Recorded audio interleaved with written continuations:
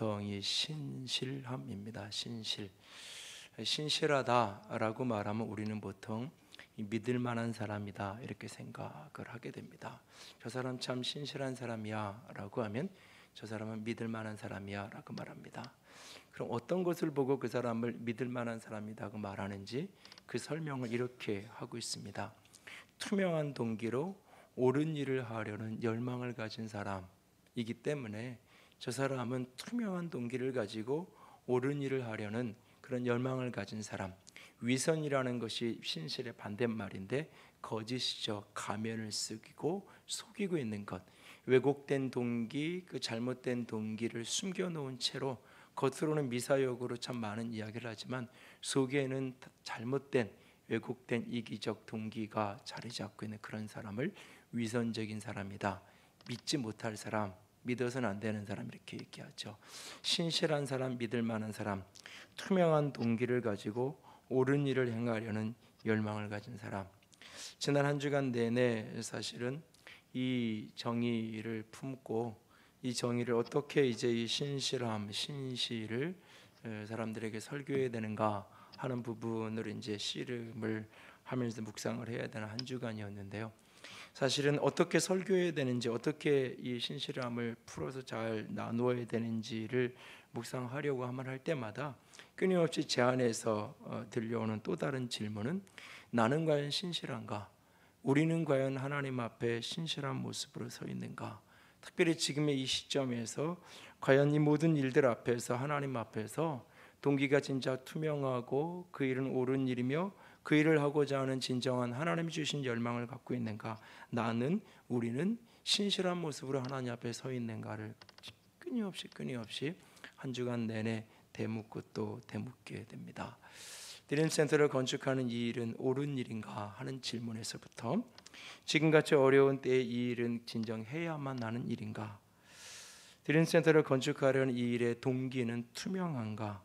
겉으로 사람들에게 드러나 있지 않은 내면의 숨은 왜곡된 동기는 없는가? 그리고 드림센터를 건축하고자 하는 열망이 진정 있는가? 정말로 이 일에 대한 간절한 소원, 간절한 원함이 내 안에 있는가? 우리 안에 있는가? 계속해서 묻고 또 묻게 됩니다. 투명한 동기를 가지고 옳은 일을 하려는 열망이라는 이 신실의 정의 앞에 끊임없이 제 내면을 들여다보게 되고 우리 공동체 전체를 보며 생각하게 됩니다. 한 주간 내내 그런 씨름을 하면서 씨름을 하면 할수록 되물으면 되물을수록 100%의 선명함은 아니겠지만 드림센터를 건축하는 일이 옳은 일이라는 확신은 점점 커져감을 제 속에서 봅니다. 사회적인 분위기와 외적인 형편을 뛰어넘어 이 일을 하나님이 시작하셨다는 여러 증거들을 떠올리게 하십니다. 처음 시작에서부터 하나님께서 인도하시고 만나게 하시고 하셨던 그 모든 일들이 하나하나 스쳐가면서 이 일은 하나님이 시작하셨고 하나님이 허락하셨고 하나님이 이끌어가고 계신다라는 확신이 우리 안에 제 안에 더 커져가게 됨을 봅니다. 그리고 우리 안에 숨어있는 다른 동기는 없는가라는 것을 돌아보게 됩니다. 그 고민을, 그 씨름을 하면 할수록 오히려 제 안에 현실적인 문제로 인해서 그 모든 것들로 인한 걱정, 두려움, 불안, 때로는 사람들의 부정적인 시선들, 이런 것들 때문에 어떻게 하면 일을 멈출 수 없을까? 합당한 핑곗거리를 찾고 있는, 어찌보면 누군가가 조금 이것을 은행에서 대출이 안 돼서 못하게 되든지 뭔가 이렇게 누가 봐도 합당한 핑곗거리를 찾고 싶어하는 제 내면에 있는 오히려 다른 염려와 불안과 두려움의 더 깊은 동기를 오히려 하나님은 드러내실 뿐이었습니다. 그러면서 오히려 이 모든 일들의 동기를 점검하면 점검할수록 다음 세대를 축복의 세대로 세우기 위한 교육의 현장으로 하나님이 쓰기를 원하시고 지금 함께하고 있는 우리 성도들이 함께 기쁨으로 신앙하며 나아갈 수 있는 은혜의 현장이 되기를 원하시고 혼돈성에 방황하는 영혼들이 예배의 영광을 보면서 그 속에서 하나님을 만나는 영광의 현장이 되기를 원하시고 더 나아가서는 조국과 열방과 이웃을 위해 눈물의 기도로 중보할 수 있는 그런 기도의 더 중보의 현장으로 하나님이 쓰고자 하시는 더 강한 소원이 제 안에 일어나게 됨을 봅니다. 중간중간에 인간의 연약함으로 말미암아 왜곡된 어둠의 동기가 분명 그 속에 스며들기도 하고 그것을 또 그렇게 왜곡시켜 가기도 할 위험성은 분명히 지금도 있습니다. 그럼에도 불구하고 중심의 동기는 여전히 하나님을 사랑하는 것이요 영혼을 사랑하는 동기임을 제 안에도 확인시켜 가시는 것을 봅니다. 그렇게 한 주간을 씨름을 하면 할수록 이 일에 대한 열망이 지난 한 주간 더 커져가고 있는 제 모습을 보게 됩니다. 이 일을 통해서 하나님이 어떻게 일하실지를 기대하게 되고 하나님의 역사에 쓰임받을 수 있다는 것이 얼마나 영광스러운 일인가라는 생각을 하게 됩니다. 드림센터를 건축하는 일이 지금까지도 이런저런 난관이 있었고 어려움이 있었습니다. 앞으로도 또 그런 일들이 있을 겁니다. 예측 가능한 여러 일들을 대비하지만 때로는 예측하지 못했던 생각하지 못했던 난관들이 분명히 우리 앞에 있을 것입니다. 그러나 이 모든 모험의 여정, 믿음의 여정을 우리가 함께 신실함으로 걸어갈 수 있기를 원합니다. 투명한 동기로 옳은 일을 하려는 열망을 한순간도 놓치지 않고 하나님의 역사를 온 교회가 함께 기도하고 함께 헌신하고 함께 동력해 갈 수 있기를 원합니다. 이 과정 속에 끊임없이 우리가 묻고 또 묻기를 원합니다. 하나님 앞에 우리는 투명한 동기로 옳은 일을 하고자 하는 열망 속에 이 일을 걸어가고 있는가? 우리 자신을 끊임없이 신실함의 기준으로 신실한 사람의 잣대로 내 자신을 들여다보고 우리를 들여다보면서 이 일을 뚜벅뚜벅 해갈 수 있기를 원합니다. 투명한 동기로 옳은 일을 하고자 하는 열망이 있는 사람이라면 어떤 일을 하든지 그 일 앞에 늘 물어야 됩니다. 이 일은 옳은 일인가? 이 일은 옳은 일인가? 이 일은 바른 일인가? 이 바른 일을 나는 어떤 동기로 하고 있는가? 사람들 앞에 보여지는 동기는 선한 동기처럼 보이지만 내 내면의 숨은 동기는 혹 왜곡되고 잘못된 동기 속에 나는 걸어가고 있지 않는가 물어야 합니다. 그리고 더 나아가서는 그 일을 향한 진정한 열망이, 그 일을 이루고자 하는 열망이, 소원이 우리 속에 있는가? 어떤 일을 하든지 내 삶의 순간순간 그 일 앞에, 그 삶의 순간 결정 앞에 내 자신이 신실한지를 묻기 위해서 이 세 가지 질문을 늘 스스로에게 던지며 살아가는 저와 여러분이 될 수 있기를 원합니다. 이 일은 과연 옳은 일인가? 이 일 속에 숨은 동기는 없는가? 이 일을 이루고자 하는 열망은 과연 얼마나 되는가? 늘 자문하며 신실함의 길을 걸어가고자 할 때 주님께서 그 걸음 앞에 형통케 하시고 은혜를 더하실 것을 믿습니다. 여러분은 신실한 사람 하면 가장 먼저 어떤 사람이 떠오르시나요?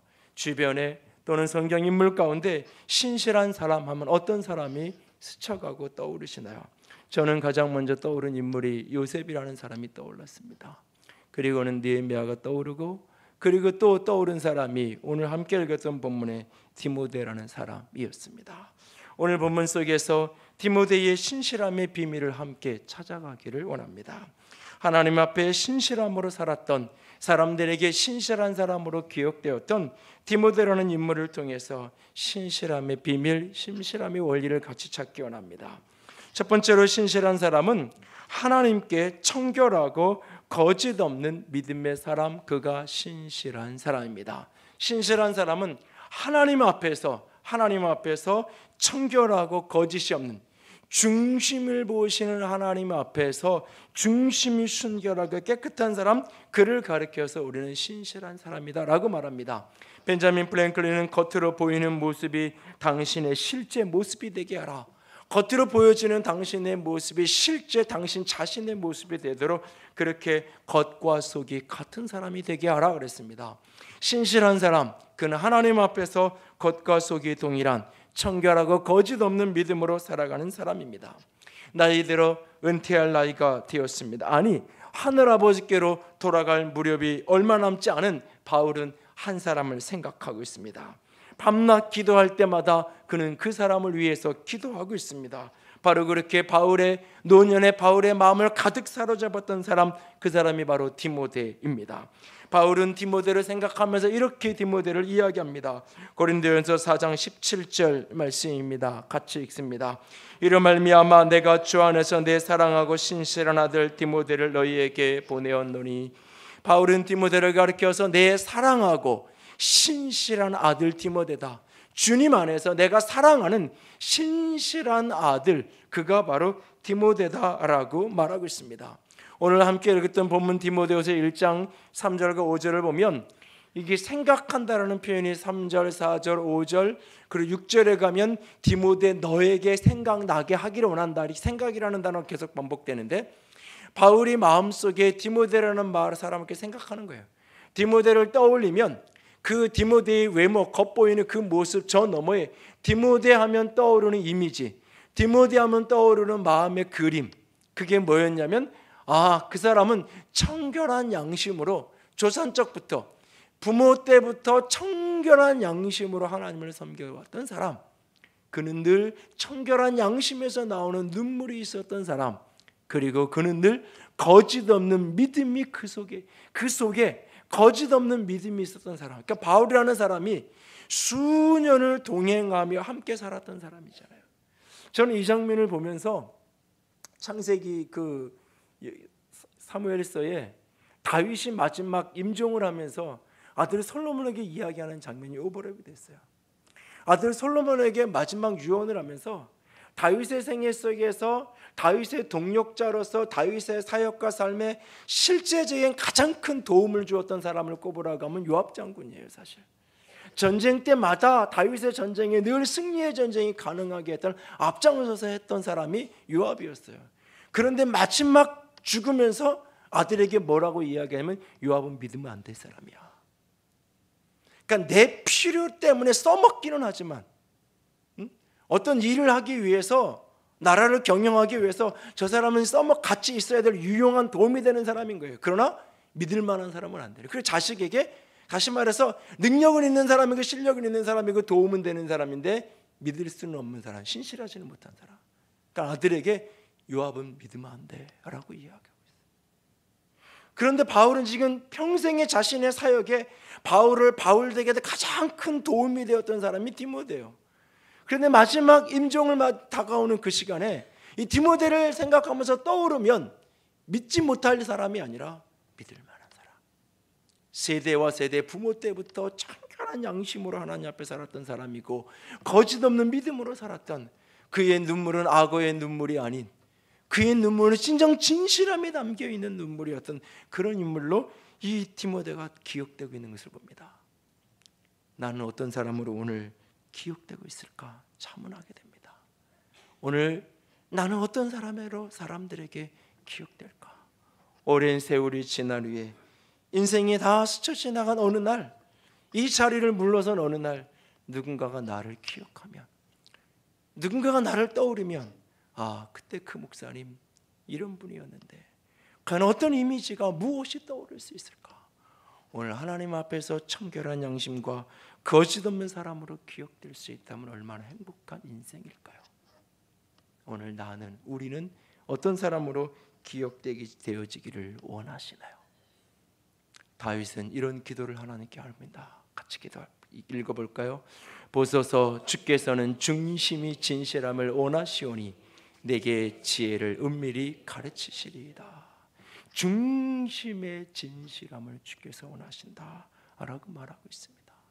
오늘 디모데처럼 그렇게 중심의 진실함을 하나님 앞에 설 수 있는 청결하고 거짓 없는 청결한 양심, 깨끗한 양심, 내 양심에 비추어서 하나님 앞에서 깨끗한 믿음을 가진 거짓 없는 신실한 사람으로서는 저 여러분이 되기를 원합니다.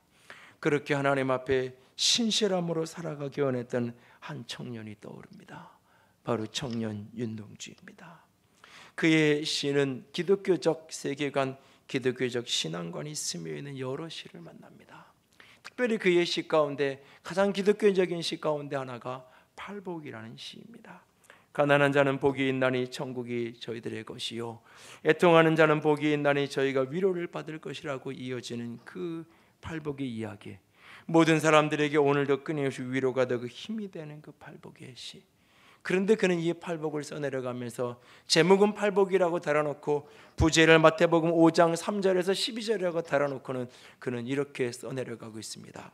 슬퍼하는 자는 복이 있나니, 슬퍼하는 자는 복이 있나니, 슬퍼하는 자는 복이 있나니, 슬퍼하는 자는 복이 있나니, 슬퍼하는 자는 복이 있나니, 슬퍼하는 자는 복이 있나니, 슬퍼하는 자는 복이 있나니, 슬퍼하는 자는 복이 있나니, 저희가 영원히 슬플 것이요. 팔복을 이야기하면서 그는 왜 이렇게 써내려가고 있는 것일까요? 가난한 자, 애통하는 자, 온유한 자, 의에 줄이고 목마른 자, 긍휼히 여기는 자, 마음이 청결한 자, 화평케 하는 자, 의를 위해 고난받는 자가 복이 있다고 하시는 그 말씀을 앞에 놓고 그는 왜 슬퍼하는 자가 복이 있다고 말하고 있을까요? 1940년대 그 시점, 어떤 희망도, 어떤 기대도, 어떤 내일에 대한 꿈도 찾아볼 수 없는 그 시대 속에서 섣불리 복을 이야기하고 섣불리 축복을 이야기하는 것이 너무나 부담스러웠던 것은 아닐까요? 그는 이 초고를 써놓은 저 글을 가만히 들여다보면 그는 그 마지막에 영원히 슬플 것이라고 말하기 이전에 그는 저희가 슬플 것이요 이렇게 처음에 마지막 부분을 끝냅니다. 근데 그러고 나니까 너무 슬펐던지 힘을 얻기 위해 고쳤습니다. 저희가 위로를 받을 것이라고 고쳤습니다. 그런데 조금 힘을 얻긴 하지만 공허하게 들렸던 듯 그는 그것을 또 지웁니다. 그리고 오래 슬플 것이다 라고 고쳐놓습니다. 오래, 얼마나 오래일까? 얼마나 오래일까? 그리고 그는 이내 영원이라고 고쳐놓습니다. 구원이 없는 시대에 무한한 슬픔을 미워하지 않고 눈을 부릅뜨고 그는 저희는 영원히 슬플 거라고 말합니다. 오늘의 삶의 고통과 아픔을 애써 못 본 척 외면하지 않습니다. 슬픔을 슬픔으로 정직하게 직면합니다. 그렇다면 그런 슬픔의 시대, 그런 절망의 시대, 믿음으로 살아가는 젊은이는 어떻게 살아야 하는 것일까요? 그는 1941년 그 팔복을 쓴 다음의 봄에 그는 십자가라는 시를 이렇게 써내려갑니다. 여러 어떤 사나이 행복한 예수 그리스도에게처럼 십자가가 허여된다면 모가지를 들이우고 꽃처럼 피어나는 피를 어두워가는 하늘 밑에 조용히 흘리겠습니다. 자신이 혁명적 삶을 살아가지 못한다 할지라도 조용히 내 몫의 십자가를 지고 그것이 꽃처럼 피어나는 핏줄기라 할지라도 나는 그 피를 토하며 내 몫의 대인 십자가를 지고 살아가겠다라고 그는 조용히 결단합니다. 그리고 자신의 시들을 묶고 작은 책을 내면서 그 서문에 그는 이렇게 서시를 써내려 갑니다. 죽는 날까지 하늘을 우러러 한 점 부끄러움이 없기를. 잎새에 이는 바람에도 나는 괴로워했다. 별을 노래하는 마음으로 모든 죽어가는 것을 사랑해야지. 그리고 나의 주어진 길을 걸어가야겠다라고 말합니다. 절망의 시대, 어둠의 시대, 소망이 없는 시대. 그래서 인생을 그렇게 세상 속에 자포자기하며 살아가 버리는 수많은 젊은 세대 속에서 그는 그럼에도 불구하고 하나님 앞에 하늘으로 부끄럼 없는 삶을 살아가겠다고, 모든 죽어가는 것들을 사랑하는 자로 나는 옳음을 살아가기 원한다고, 옳은 일을 투명한 동기로 하기 원하는, 하나님 앞에 청결한 양심과 거짓없는 믿음으로 살아가고자 하는 그 거룩한 소원과 열망이 그의 가슴속에 가득 자리 잡고 있는 것을 느끼게 됩니다. 오늘도 신실한 사람으로 서기를 원하나요? 하나님 앞에 청결하고 거짓 없는 믿음으로 우리의 내면을 세워갈 수 있기를 원합니다. 두 번째로, 신실한 사람은 다른 사람의 사정을 진실히 생각하는 사람입니다. 다른 사람의 사정을 진실하게 생각할 줄 아는 사람, 그 사람이 신실한 사람입니다. 신실한 사람이란 하나님 앞에서 자신을 청결하게 세우는 사람일 뿐만 아니라 다른 사람과의 관계 속에서 그 사람 속에서 믿을 만한 사람, 어떻게 그 사람의 사정과 형편을 진실하게 생각해 주는 사람이에요. 빌립보서 2장에 보면 바울이 빌립보 교회에게 이 디모데라는 사람을 소개하면서 이렇게 디모데를 소개하고 있어요. 같이 읽습니다. 이는 뜻을 같이하여 너희 사정을 진실히 생각할 자가 이밖에 내게 없습니다. 그들이 다 자기 일을 구하고 그리스도 예수의 일을 구하지 아니하되 내가 디모데를 너희에게 빌립보 성도를 너희에게 보내려고 하는데 왜 꼭 여러 사람 중에 왜 디모데냐? 이 사람은 신실한 사람인데 너희 사정을 진실하게 생각해 줄 만한 사람이 이 사람밖에 없다. 왜냐하면 다른 사람들은 다 자기 일을 생각하고 그리스도 예수의 일을 구하지 않기 때문이다. 다른 사람들은 다 자기 이익이라는 숨은 동기를 가지고 있다. 너희들을 돌보기 원하고 빌립보 교회를 섬긴다라고 말하지만 그 내면의 동기는 너희들의 사정을 진실하게 너희들의 입장과 너희들의 관점을 살피는 것이 아니라 자기중심의 동기를 가지고 자기 일을 하려는, 겉으로는 하나님의 일을 하는 것 같고 겉으로는 예수의 일을 하려는 것 같지만 사실 속에는 자기 욕망에 자기 이익을 위한 자기 일을 하고 있는 거다. 그래서 너희의 형편을 진실하게 그리스도의 관점에서, 하나님의 관점에서 생각할 줄 아는 사람 디모데밖에 없다. 그래서 내가 디모데를 너희에게 보내려고 한다라고 말합니다. 신실한 사람은 하나님 앞에서 자신을 정결하게 세울 뿐만 아니라 타인과의 관계 속에서 자기중심적으로 다른 사람을 이용하고 살펴보는 것이 아니라 그의 관점에서 그의 사정을 진실하게 살펴주는 사람. 그래서 그는 누구를 만나든지 신실한 만남, 진실한 만남으로 내게 얼마나 도움이 되고 내게 얼마나 이익이 되느냐고 인간관계를 선택하는 것이 아니라 신실함에 투명한 관계 속에서 인간의 관계를 맺어가는 사람, 그를 신실한 사람이라고 말하는 것입니다. 신실한 사람 가운데 가장 먼저 떠오르는 인물이 요셉이었다고 그랬습니다. 그의 삶을 가만히 들여다보십시오. 하나님 앞에서 내가 어찌 득지하리까? 하나님 앞에 자신을 정결하게 세우고자 했던 사람이에요. 그러나 그 삶의 모습은 늘 자기중심적이 아니라 다른 사람의 사정을 먼저 생각하는 모습으로서 나타나고 있어요. 보디발의 아내가 자신을 유혹하던 그날도 그는 이야기합니다. 주인이 다른 것은 다 맡겼는데 당신은 나에게 맡긴 적이 없습니다. 그는 주인의 사정, 주인의 형편, 주인의 입장을 먼저 생각하고 먼저 바라보고 있습니다. 자기 욕망, 자기 성취, 자기 원함이 아니라 주인의 입장에서 먼저 생각합니다. 그가 그럼에도 불구하고 억울하게 강간미수의 누명을 쓰고 감옥에 들어갔던 그날도 그 감옥에 잡혀있는 다른 간수들을, 다른 죄수들을 그는 바라보면서 진실하게 그들을 생각합니다. 저 죄수를 어떻게 내가 잘 관계를 맺어서 저 사람을 통해서 이 감옥에서 내 억울함을 풀고 어떻게 나가볼까? 그래서 사람들의 인간관계를 이익 중심으로 자신의 성공을 위해서 인맥관리를 한 것이 아니에요. 그는 그곳에서 그 죄수의 방을 청소하고 죄수에게 먹을 것을 갖다 주는데 어제의 낯빛과 오늘의 낯빛이 다른 거예요. 얼굴빛이 다른 그 모습을 보면서 무슨 걱정이 있냐고, 어제와는 다른 얼굴빛에 무슨 수심이 가득 차있는데 무슨 일이 있냐고 그의 입장에서 진실하게 물어줍니다. 그가 총리가 된 이후에도 그는 자기 중심으로 정치를 행하지 않습니다. 늘 그의 중심에는 바로의 입장을 먼저 생각했고 곤궁하고 고통받는 백성들을 먼저 생각합니다. 그리고 그는 나중에 형제들의 형편을 생각합니다. 그리고 아버지를 생각합니다. 형제들을 끌어안고 형제들의 잘못을 용서하는 그 장면조차도 그는 은밀하게 합니다.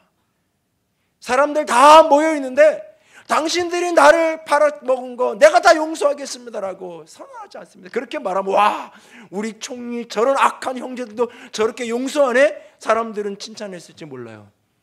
그러나 나는 용서했지만 그 형제들은 동생 팔아먹은 못된 사람들이라고 사람들에게 손가락질을 받으며 평생을 살아야 돼요. 그래서 자신이 용서하면서도 용서하는 내용을 숨기죠. 주변에 있던 모든 사람을 다 내쫓고 나서야 형제들과 독대의 자리에서 자신의 신분을 밝히고 화해의 포옹을 하는 장면을 봅니다. 창세기 50장 마지막 임종을 하면서도 그래요. 창세기 50장에 장례의 장면이 두 장면 나와요. 한 사람은 야곱의 장, 한 사람은 요셉의 장례예요. 요셉은 아버지의 장례를 성대하게 치릅니다. 30일장이에요. 애곡하는 기간이 30일이에요. 그 아버지의 유고를 그 고향 할아버지와 조부가 있는 그 막벨라 굴에까지 가서 장례를, 거대한 장례를 치릅니다. 자기도 그곳에 묻히고 싶었어요. 그러나 그는 자기를 위해 거대한 장례식을 치러달라고 말하지 않습니다. 자기를 당장 그곳에 묻어달라고 말하지 않습니다. 오랜 세월이 지난 어느 날 하나님이 너희를 권고하시면, 돌아가게 하시면 그날에 이 나를 기억해서 이 유고를 메다가 가나안 땅 그 막벨라 우리 조상들이 묻힌 그곳에 묻어달라고 부탁합니다. 왜요? 내 아버지가 돌아가셔서 내가 현직 총리예요. 얼마든지 성대한 장례식을 치를 수 내가 총리니까. 총리였지만 내가 죽었어요. 내 아들이 총리고 내 형제가 총리가 아니에요. 그들이 내 장례식을 그렇게 치르려면 어떤 오해를 당하고 어떤 어려움을 당하는지 몰라요. 그는 그토록 원했지만 내 원함만을 생각한 게 아니에요. 남겨진 자녀들, 죽으면서까지도 그는 남겨질 형제들의 입장을 생각하는, 다른 사람의 형편을 생각하는, 다른 사람의 사정을 생각할 줄 아는, 평생을 그가 신실함으로 살았던 삶의 원리는 하나님 앞에서 청결하게 살았을 뿐만 아니라 다른 사람의 사정을 늘 생각하면서 살았던 사람이에요. 느헤미야, 그도 성공한 고유관리로 호요식하며 살 수 있는 그날에 내 고향 땅 예루살렘 성이 불타고 내 백성이 고통받는다는 그 소식을 듣고는 너무너무 가슴 아파 가슴을 치며 주저앉아 수위를 울고 금식하고, 그러고는 이야기하죠. 내가 일에 헌신하겠습니다. 나를 사용해달라고, 나를 보내달라고 그가 왕 앞에 나아가죠. 여러분, 성경은 의인은 다른 사람의 사정을 살필 줄 아는 사람이라고 말해요. 악인은 그 지식이 없는 사람이 악한 사람이라고 말해요. 같이 읽습니다. 의인은 가난한 자의 사정을 알아주나 악인을 알아줄 지식이 없느니라. 여러분, 누가 악한 사람이에요? 누가 악한 사람이냐고요? 다른 사람의 입장, 다른 사람의 처지, 다른 사람의 사정 아량곳 없이 자기 하고 싶은 대로 하는 거잖아요. 그게 극단적으로 가면 다른 사람을 죽여서까지도, 다른 사람 것을 훔쳐서라도 내 욕망을 채우려는 거잖아요. 의인이 누구예요? 약한 사람의 사정을 살펴주는 거예요. 다른 사람의 사정을 생각할 줄 아는 사람을 성경은 의로운 사람이라고 말하고 있어요. 신실한 사람, 신실한 사람. 그는 하나님 앞에서 청결할 뿐만 아니라 다른 사람의 사정을 진실하게 생각할 줄 아는 사람입니다. 몇 년 전에 있었던 사건이 최근에 보도가 되고 인용이 되면서 다시 회자되게 된 이야기 하나를 소개드립니다. 탤런스 김수미 씨가 심각한 우울증으로 고통받고 있을 때의 일입니다. 나쁜 일은 겹쳐서 온다고 남편의 사업이 실패하고 빚더미에 올라앉아 쩔쩔매는 상황이 이르렀을 때에 돈이 많은 친척들까지도 다 그를 외면하게 된 그런 어느 때, 그는 급한 대로 동료들에게 아쉬운 소리를 하면서 몇백만 원씩을 빌려서 그 끼니를 연명하고 그 위기를 넘어가고 있는 어느 날, 이 사실을 안 김혜자 씨가 김수미 씨를 불러다가 정색을 하며 이렇게 말을 했다고 합니다. 예, 넌 왜 나한테 돈 빌린다는 소리 안 하니? 추접스럽게 몇백만 원씩 꾸지 말고 필요한 돈이 얼마나 되냐? 이거 내 전 재산이야. 나는 돈 쓸 일 없어. 통장을 내밀면서 다음 달에 아프리카 가려고 했는데 아프리카가 여기에 있네. 다 찾아서 해결해. 그리고 갚지 마. 혹시 돈이 넘쳐나면 그때 주든지. 김순희 씨는 그 통장을 받아 모순빛을 다 청산하고 나중에 그것을 갚을 수 있었지만 그 일을 겪은 이야기를 그는 소개합니다.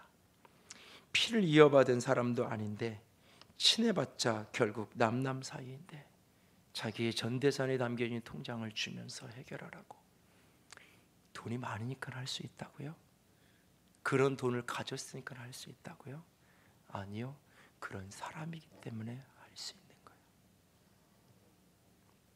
그 일을 겪고 나서 김수미 씨는 이런 고백을 합니다. 언니가 아프리카에서 포로로 납치되면 내가 나서서 포로 교환하자고 말할 거야. 나 꼭 언니를 구할 거야. 힘들고 어려울 때 자신을 위해 기꺼이 자신의 모든 것을 내어주었던 그에게 자신의 목숨까지 내놓겠다고 서로 고백하는 사랑의 모습을 봅니다. 그런 생각을 해봅니다.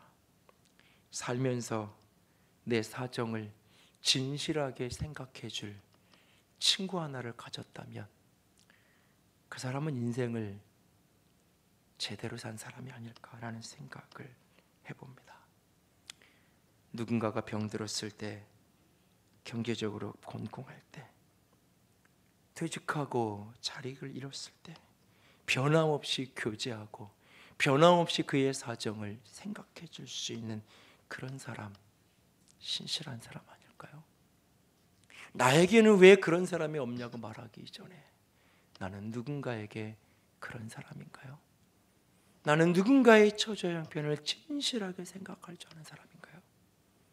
지난주에 소개했던 폴 트루니에는 사랑의 출발은 서로를 이해하는 것이라고, 서로의 사정을 이해하는 것, 그것이 사랑의 출발이라고 말합니다. 그러면서 그는 이렇게 얘기해요. 가장 먼저는 이해하고 싶은 마음이 있어야 된다고요. 그리고 두 번째는 자신을 솔직하게 표현할 수 있어야 된다고. 세 번째는 서로를 공개할 수 있는 용기가 있어야 된다고. 네 번째는 각자의 차이를 인정할 수 있어야 된다고. 다섯 번째는 서로 사랑하려 해야 된다고. 그런데요, 이 모든 단계 외 마지막에 여섯 번째로 그는 이런 이야기를 합니다. 실제로 돈이나 시간이나 물건을 줄 수 있어야 한다고요. 내가 진실하게 누군가의 사정을 생각한다는 건 그를 위해 내 시간을 내어놓고 내 물질을 내어놓고 내 헌신을 희생할 줄 알아야 그것이 진실하게 그를 생각하는 거예요. 오늘날 사람들은 나는 신실하고 싶지 않아요. 나는 누군가의 사정을 진실하게 생각하고 싶어 하지 않아요. 그리고 왜 교회가 그렇게 하지 않느냐고 이야기해요. 왜 국가가 그렇게 하지 않느냐고 이야기해요. 왜 돈 많은 당신이 가난한 사람에게 나눠주지 않느냐고 이야기를 해요. 나는 신실하게 살아가고 싶어 하지 않아요. 나는 남의 사정 살피기 원하지 않아요. 나는 내 중심대로, 나는 내 원함으로 남의 사정을 내가 생각하지만 어떤 희생도 하고 싶지 하지 않아요. 그냥 남의 사정 안타까운 이야기 듣고 가슴 아파할 수 있다면 거기까지로 나는 족하기 원해요. 어떠한 것을 내어놓고 내 돈을, 내 시간을 실질적으로 희생하면서 그의 사정을 돕고 함께하고 싶어 하지 않아요. 신실한 사람, 믿을 만한 사람이라는 것은 남의 사정을, 다른 사람의 사정을 진실하게 생각하는 거예요. 진실하게 생각하기에 그를 위해 내 시간을 때로 드리기도 하고 내 물질을 드리기도 하고 내가 희생과 헌신을, 때로는 내가 손해를 보면서까지 함께 할 수 있는 사람, 그것이 남의 사정을 진실하게 생각하는 사람이에요. 여러분, 다른 사람 사정을 생각하려고 그러다 보면 내가 식당에서 밥을 먹어도 애기 안고 있는 사람 생각하고 교회 처음 온 사람들 생각하고 하다 보면 나는 늘 끄트머리 뒤에 먹을 수밖에 없는 거예요. 그것이 희생이라면 희생인 거예요. 아무것도 아닌 것 같지만 그 일 한 번 하는 거, 아니 그 일을 1년 내내 해가는 거 쉬운 일이 아니에요. 쉬운 일이 아니에요. 누군가가 그 일을 그렇게 한다면 그 사람은 나보다는 다른 일함을 생각하는 사람이에요. 그 작은 시간이 있을 때 그렇게 할 줄 아는 사람이 어느 날 내가 물질이 있을 때도 그렇게 할 수 있을 거예요. 내게 돈이 있으면 나는 그렇게 살 수 있다고요? 아니요. 중요한 거는 내 안에 신실함이 있느냐죠. 내 안에 신실함이 있는가. 신실한 사람, 그는 하나님 앞에서 청결한 사람입니다. 신실한 사람, 그는 다른 사람의 사정을 진실하게 생각할 줄 아는 사람이에요. 신실한 사람, 그는 말씀과 사람을 통해 삶에서 연단된 사람이에요. 신실함은 반드시 연단돼야 됩니다. 왜냐하면 이것은 인간 본성의 정면으로 어긋나는 성품이기 때문에 그래요. 아담과 하와가 죄를 짓고 인간에게 죄성이 들어오고 인간이 했던 가장 첫 번째 반응은 뭐냐? 자신을 숨기는 거예요. 죄가 들어온 인간이, 죄가 들어오고 나서 인간에게 가장 첫 번째 반응이 자신을 숨기는 거예요. 나를 찾아오신 하나님을 피해 숨는 거예요. 인간은 투명하고 싶지 않아요. 인간은 끊임없이 자신을 숨기고 싶고 또 숨기고 싶고 가리고 싶은 인간의 본성이에요. 하나님 앞에서조차도 숨길 수 있다라고 착각하죠. 사실 그건 넌센스인데, 이미 하나님은 알고 계신데, 이미 하나님은 다 보고 계신데 우리는 하나님 앞에 나를 숨길 수 있을 것으로 착각하며 살아요. 사실은 하나님 앞에 정직한 자로, 순결한 자로 서는 것, 인간 본성하고 너무나 어긋나기 때문에 그래요. 남의 사정을 진실하게 살핀다, 이것도 인간 본성에 너무나 어긋나는 거예요. 인간 본성의 정면으로 어긋나는 거예요. 동생이 하나님께 예배 잘 드렸다고 동생을 쳐 죽이는 게 인간이에요. 그게 나예요. 그게 나예요. 사람은 그래서 남이 불행해지고 남이 망하고 남이 쓰러질 때 그것을 이용해서 어떻게 내가 이익을 성취할까, 그것을 생각하는 게 인간의 본성이에요. 인간의 본성이에요. 이 인간의 본성을 정면으로 어긋나는 게 신실함이에요.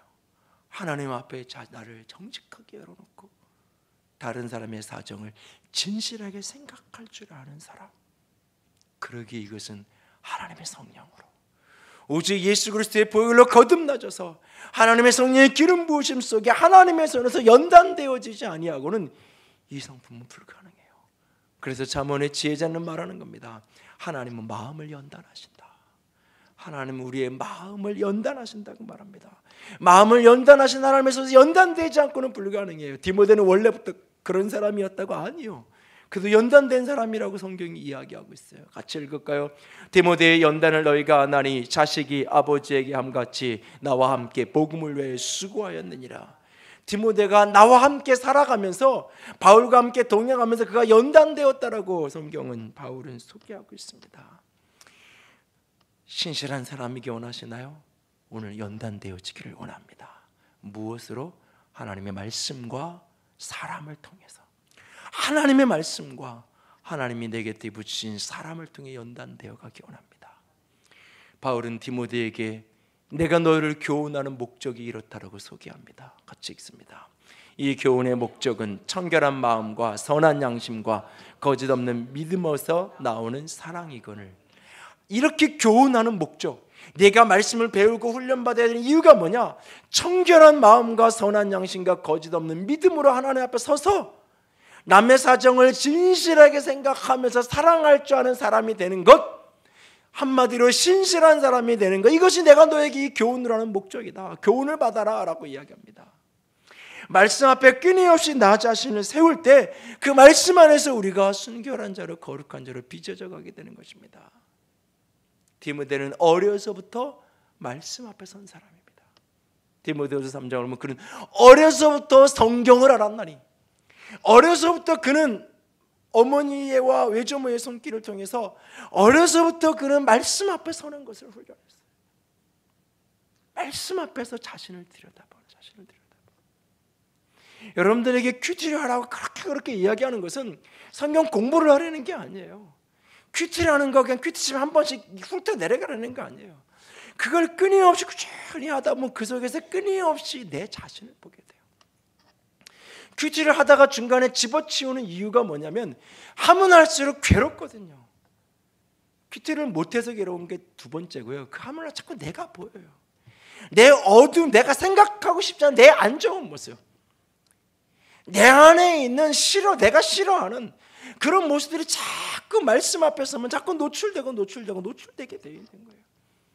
그래서 말씀 앞에 내가 서는 게 싫어져요. 그래서 그걸 포기하게 되고 놓게 되는 경우가 많아요. 그럼에도 불구하고 말씀 앞에 자꾸 나를 노출시킬 때 내가 그것을 적용하고 뭘 잘 못해도 말씀의 빛 앞에 자꾸 서면 그 말씀이 나를 순결하고 거룩하게 비춰가요. 마치 그 한겨울을 지나고 나면 봄에 햇살 따뜻한 날이 되면 이부자리나 이런 걸 다 바깥에 내놓고 햇볕에 바싹 말리면서 소독을 하는 것처럼, 깨끗하게 햇볕에 빛을 비추면 깨끗하게 소독이 돼서 깨끗하게 만들어지는 것처럼 우리의 심령이 하나님의 말씀 앞에 자꾸 노출될 때 그걸 어떻게 내가 적용하고 어떻게 이해하고 어떻게 그것을 써먹고, 이건 다 부수적이 다 나중이에요. 얼마나 감동을 받아서 깨닫고 그건 다 나중 문제예요. 한마디를 깨닫지 못한다 할지라도 말씀이 하나님이시니 그 말씀의 빛 앞에 자꾸 나를 세울 때, 일주일에 한 번 설교 시간 이거 듣고 이거 참석하는 말씀 앞에 내가 늘 나를 세운다고? 아니에요. 매일 순간마다 말씀 앞에 자신을 세울 때 그 말씀이 나를 순결하게 만들어가요. 그리고 또 하나님은 사람을 통해서 나를 빚어가는 거예요.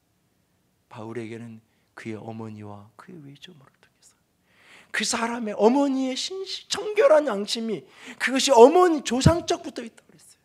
바울이 겪은 그 엄마, 그 할머니 얘기도, 외조모 로이스와 내 어머니 유니게에게서 어려서부터 성경을 배우면서 그 속에서 그 흘러간 거예요.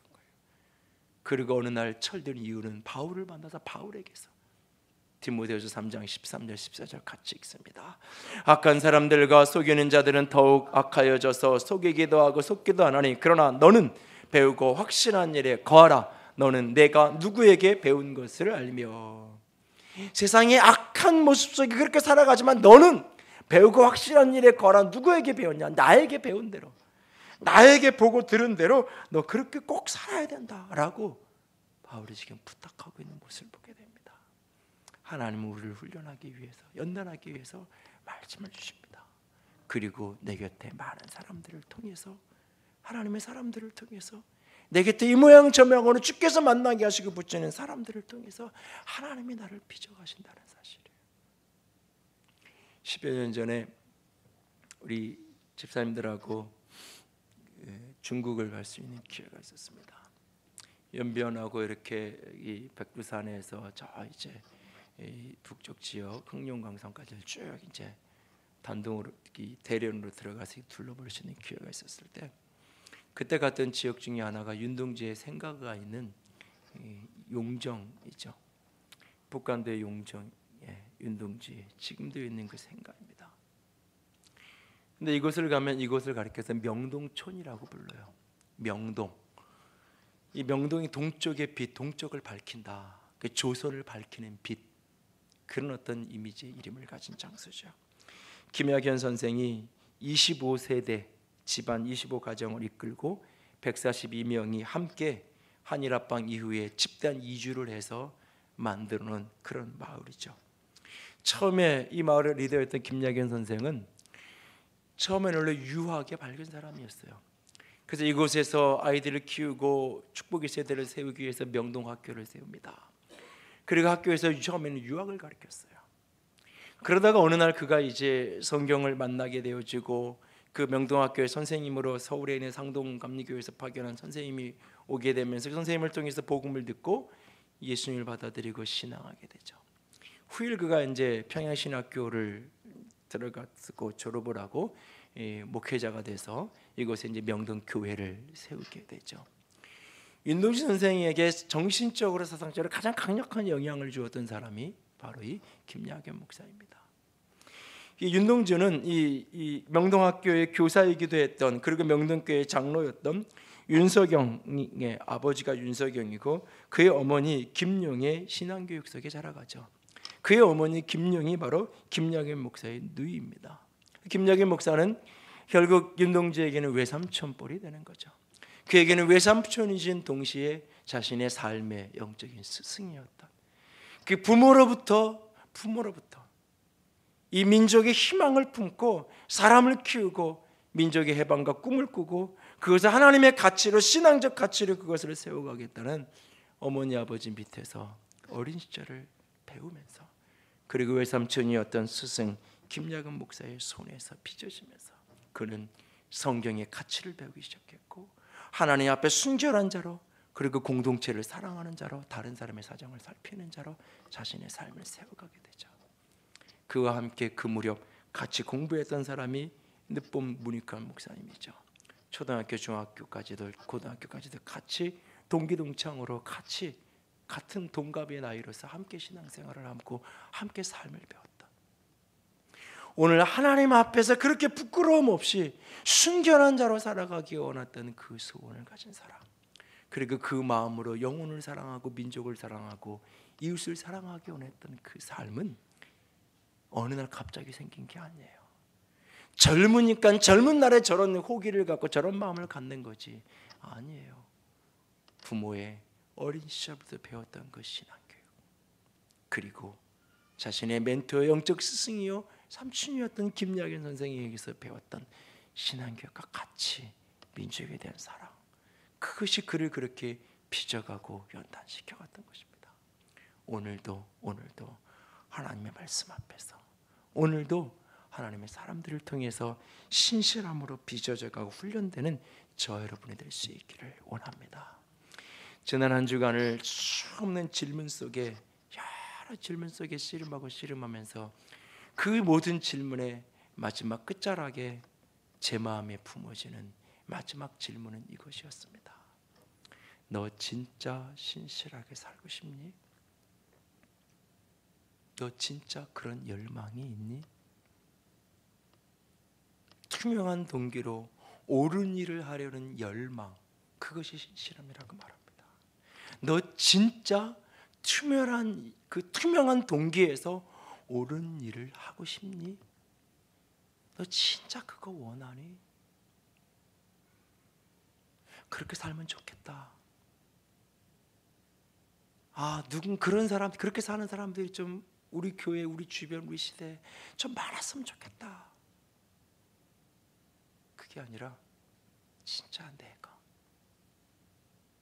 그리고 진짜 내 아들이, 내 딸이 진짜 투명한 동기에서 옳은 일을 하는 그런 사람이기를 소원하는 그 열망이 내 안에 있는가? 너 진짜 그거 원하니? 마지막 질문은 이 질문이었어요.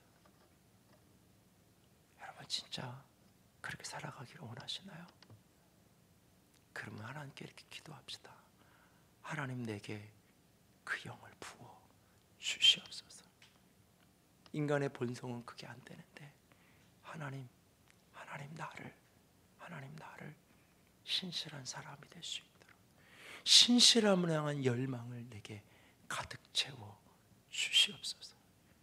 그리고 당신의 말씀으로, 당신의 사람으로 하나님 나를 연단시켜 주시옵소서.